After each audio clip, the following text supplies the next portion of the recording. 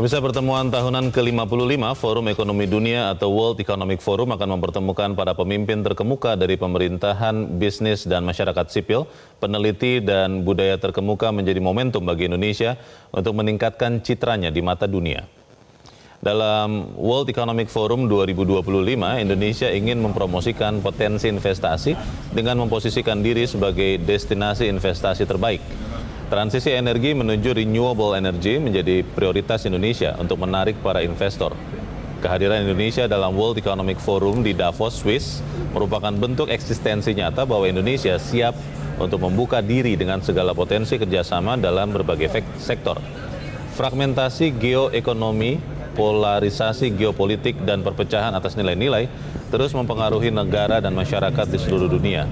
Selain itu, inovasi eksponensial dan penerapan di seluruh rangkaian teknologi yang saling terhubung, dari AI dan kuantum hingga teknologi energi, bioteknologi, dan teknologi kesehatan menawarkan peluang yang belum pernah ada sebelumnya untuk meningkatkan produktivitas dan dengan demikian bisa meningkatkan standar hidup.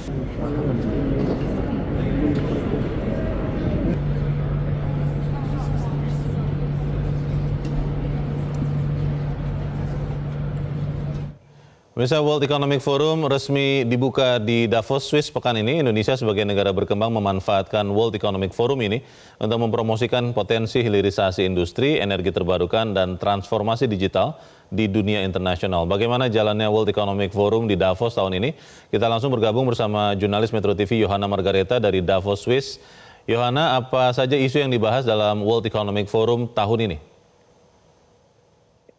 Ya, Leonard, dalam World Economic Forum 2025 ini memang menjadi sebuah momentum penting bagi para pemimpin dunia untuk berkumpul menjawab sebuah atau beberapa keresahan isu global atau tantangan global yang melanda dunia saat ini. Baik tadi yang disampaikan dalam informasi sebelumnya terkait dengan ketidakpastian geopolitik yang tentu saja itu mempengaruhi situasi ekonomi di beberapa wilayah, baik itu konflik maupun perubahan iklim yang saat ini memang secara nyata kita rasakan bersama-sama. Adapun tema yang diangkat dalam World Economic Forum 2025 ini adalah Collaboration for Intelligent Age atau kolaborasi era cerdas, di mana memang dari pantauan saya dari hari pertama kemarin dibuka sampai dengan saat ini dialog-dialog itu diarahkan pada bagaimana seluruh negara ini mampu agile atau beradaptasi dengan perkembangan teknologi, karena ada sebuah misi utama dan juga pemahaman bahwa kemajuan sebuah bangsa itu atau pemenang dari ekonomi di dunia ini ketika ia berhasil menguasai teknologi, dan penguasaan teknologi itu tentu saja akan berdampak nyata pada penguasaan pasar. Nah, itu yang kemarin menjadi mayoritas tema-tema diskusi sejumlah panel-panel awal dalam World Economic Forum 2025.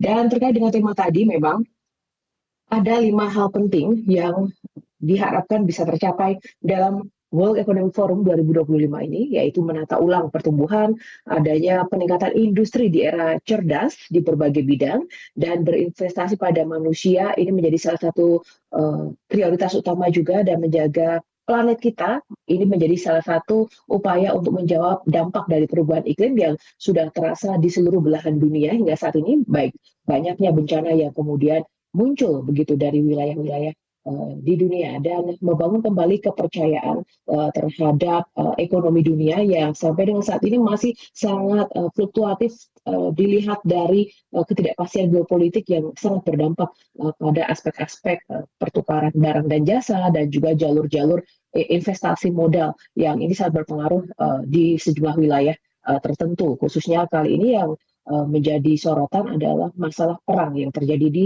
Timur Tengah. Dan selain itu juga kemarin Presiden dan CEO WEF, Borch Brande, menggarisbawahi bahwa saat ini memang ada kebutuhan yang sangat mendesak terkait dengan kolaborasi terkait dengan pertemuan tahun ini, di mana ketidakpastian global ini memang lebih tinggi daripada yang pernah dilihat dalam satu generasi yang didorong oleh ketegangan geopolitik, fragmentasi ekonomi, dan juga percepatan perubahan iklim. Nah, sementara Indonesia sendiri di sini memang boleh dibilang gaspol begitu ya, melalui Menteri Investasi dan Hilirisasi untuk mencari banyak sekali investor. Tapi dalam hal ini bukan from direct investment yang nanti akan menjadi prioritas, tapi bagaimana Indonesia kembali mencitrakan eksistensinya di mata dunia terkait potensi-potensi yang ada dalam berbagai macam sektor untuk kemudian mencapai target pertumbuhan ekonomi 8%. Leo. Ya, Yohana, apakah ada target konkret yang ingin dicapai Indonesia lewat World Economic Forum tahun ini?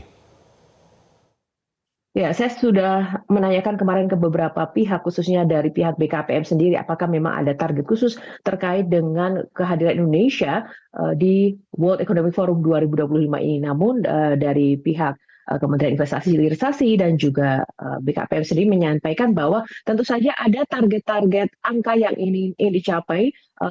Khususnya kemarin memang ada beberapa pertemuan dengan CEO yang sudah tertarik begitu untuk melakukan investasi dan juga bahkan melanjutkan investasi di Indonesia.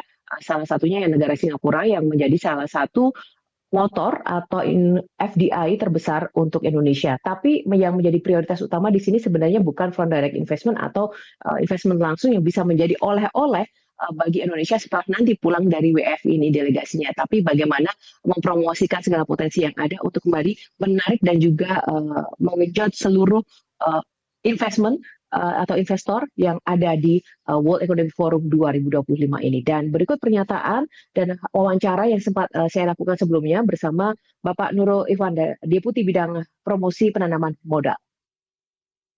Situasi dunia ini terbaca semakin tidak menentu, terjadi konfigurasi baru secara politis maupun secara ekonomi, maka kita ingin Indonesia juga mengambil peran yang penting juga di sana, sehingga Indonesia ingin menempatkan diri sebagai negara yang bisa berkolaborasi dengan negara-negara lain dalam konteks kita memajukan ekonomi bersama yang bisa memadukan antara kelebihan-kelebihan yang dimiliki oleh Indonesia, khususnya dari sisi kelebihan sumber daya alam, kemudian juga sumber daya manusia, untuk bisa dikolaborasikan dengan negara-negara pemilik teknologi dan kapital. Nah, program pemerintah untuk membawa hilirisasi, maka kemudian hilirisasi ini mempersyaratkan adanya inovasi dan teknologi untuk bisa memanfaatkan sumber daya alam ini diolah menjadi produk-produk yang bisa mensuplai kebutuhan global. Nah, ada mineral, ada batu bara, ada gas alam, ada oil and gas, ada kehutanan, perikanan, kelautan.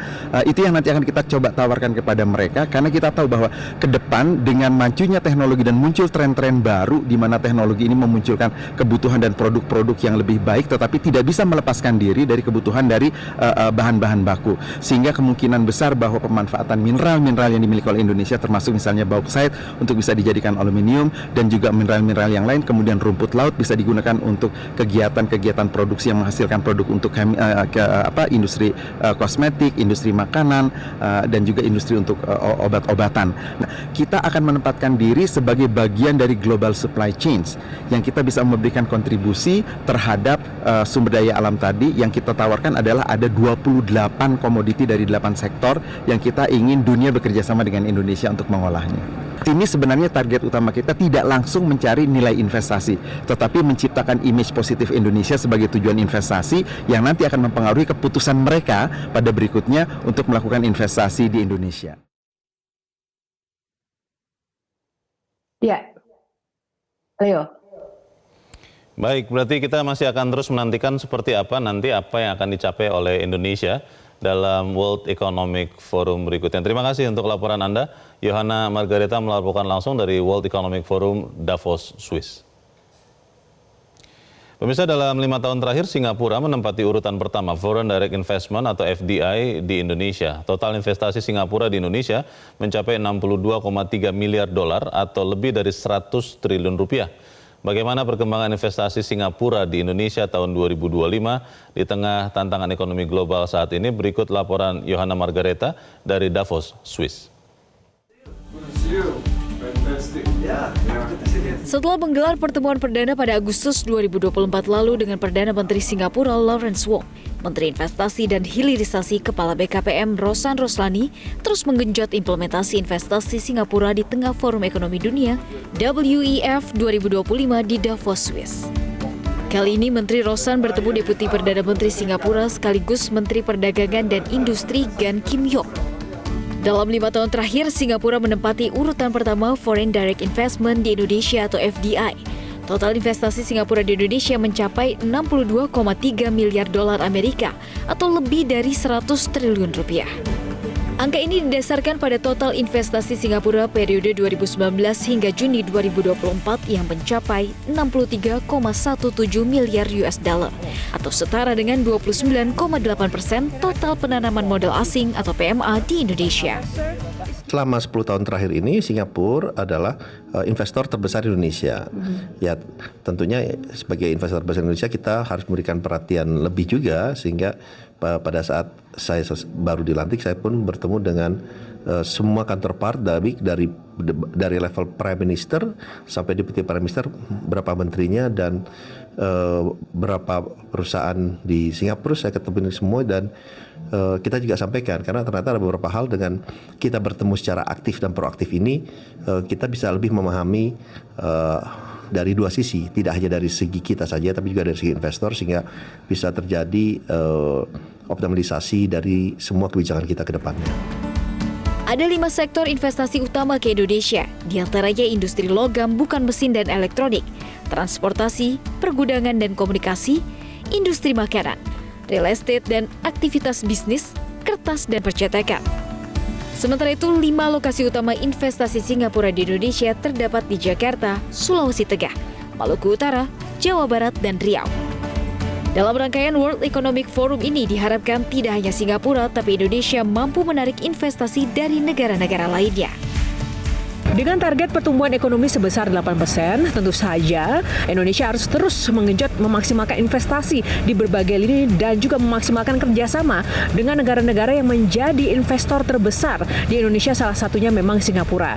Tentu saja target ini bukan hanya sekedar seruan belaka, diharapkan bahwa target-target ini bisa kemudian diimplementasikan dengan kerjasama nyata, menaikkan level Indonesia ke tingkat yang lebih tinggi lagi dengan menerapkan langkah-langkah yang strategis untuk menuju kemajuan bangsa Indonesia itu sendiri. Dari Davos, Swiss, Yohana Margareta, Metro TV. Pemirsa, tetaplah bersama kami. Zona Bisnis kembali selepas jeda berikut ini.